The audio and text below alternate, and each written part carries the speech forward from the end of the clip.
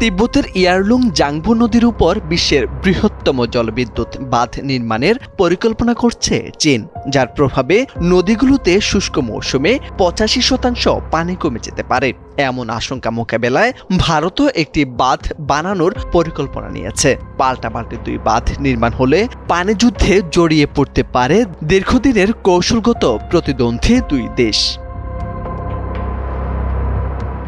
ভারতের সরকারি বিশ্লেষণের বরাত দিয়ে প্রতিবেদন প্রকাশ করেছে রয়টার্স। প্রতিবেদনে বলা হয়েছে, ইয়ারলুং জাংবু নদীটি ভারতের সিয়াং ও বাংলাদেশের ব্রহ্মপুত্র নামে পরিচিত। চীন তিব্বতে বাঁধ নির্মাণ করে বছরে প্রায় 40 বিলিয়ন কিউবিক মিটার পানি সরিয়ে নিতে পারবে। ফলে শুষ্ক মৌসুমে ব্রহ্মপুত্রের প্রবাহ এতে কোটি কোটি মানুষের জীবন, কৃষি এবং শিল্পের উপর ব্যাপকভাবে প্রভাব পড়বে।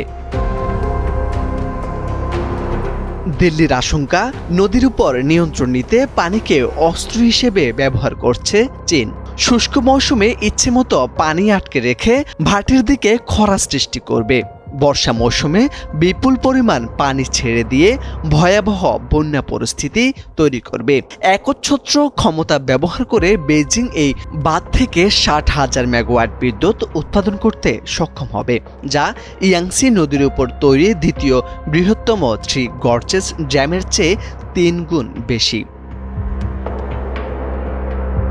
2000 সালে জলপ্রবাহ নিয়ন্ত্রণে বিভিন্ন প্রকল্প বিবেচনা করেছিল ভারত সরকার। আপার সিয়াং প্রকল্প তারই একটি অংশ। এটি নির্মাণ হলে ভারত শুষ্ক মৌসুমে পানি ছেড়ে দিতে পারবে। সেই সঙ্গে প্রকল্পটি বেজিংয়ের যে কোনো পদক্ষেপকে মোকাবেলা করবে। তবে ভারতের এই পরিকল্পনায় স্থানীয় আদিবাসীরা তীব্র প্রতিবাদ করেছেন। গ্রামবাসীরা এই প্রকল্পের বিরুদ্ধে আমৃত্যু লড়াই করার অঙ্গীকার করেছে। এদিকে চীনের পররাষ্ট্র মন্ত্রণালয়ের এক মুখপাত্র জানিয়েছেন, নিরাপত্তা এবং পরিবেশগত সুরক্ষায় বৈজ্ঞানিক গবেষণার প্রকল্প চালিয়ে যাচ্ছে তারা। এতে ভাটির দেশগুলোর জনসম্পদ ভূতত্ত্বের উপর বিরূপ প্রভাব ফেলবে না। চীন সর্বদা আন্তঃসীমান্ত নদীগুলোর উন্নয়ন ও ব্যবহারে দায়িত্বশীল মনোভাব বজায় রেখেছে।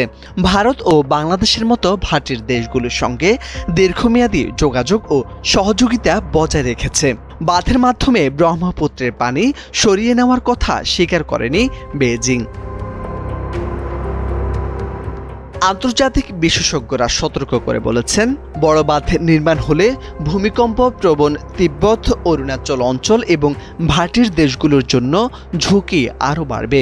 ভূমিকম্পে বাঁধ ভেঙে গেলে ভারত, চীন, ভাটির দেশ বাংলাদেশের ভূমিধস ও আকস্মিক বন্যার সৃষ্টি হবে। ডেস্ক রিপোর্ট, সময়ের আলো।